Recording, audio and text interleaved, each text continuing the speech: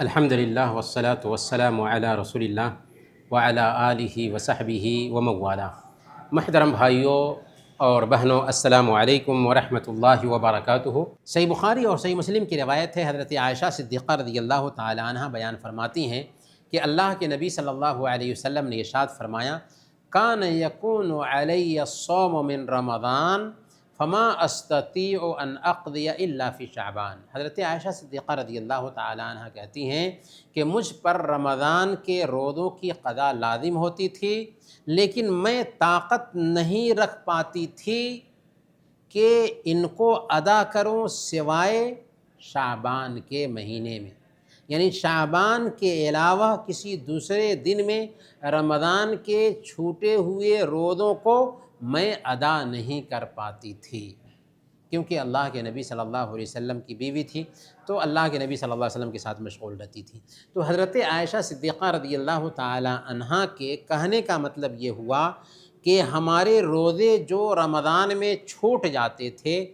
اگلے آنے والے شعبان میں ہی ان پچھلے چھوٹے ہوئے روزوں کو ہم قضا کر پاتے تھے۔ تو اس سے پتہ یہ چلا کہ ایک عورت کے جو روزے چھوٹ جاتے ہیں، ان روزوں کو سدھانا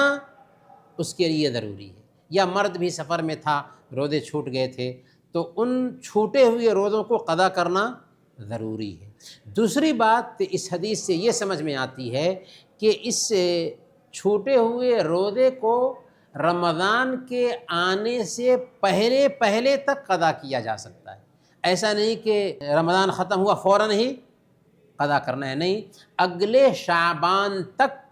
قضا کیا جا سکتا ہے، رمضان کے آنے تک۔ تو حضرت عائشہ صدیقہ رضی اللہ تعالی عنہ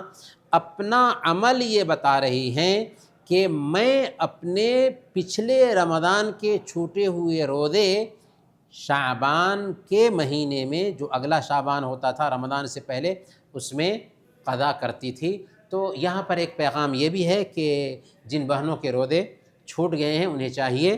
کہ اپنے چھوٹے ہوئے روزوں کی قضا کر لیں۔ جن بھائیوں کے روزے کسی بھی وجہ سے، بیماری کی وجہ سے، سفر کی وجہ سے چھوٹ گئے تھے، تو رمضان کے آنے سے پہلے انہیں چاہیے کہ ان چھوٹے ہوئے روزوں کی قضا کر لیں۔ اگر نہیں کرتے ہیں تو گناہ گار ہوں۔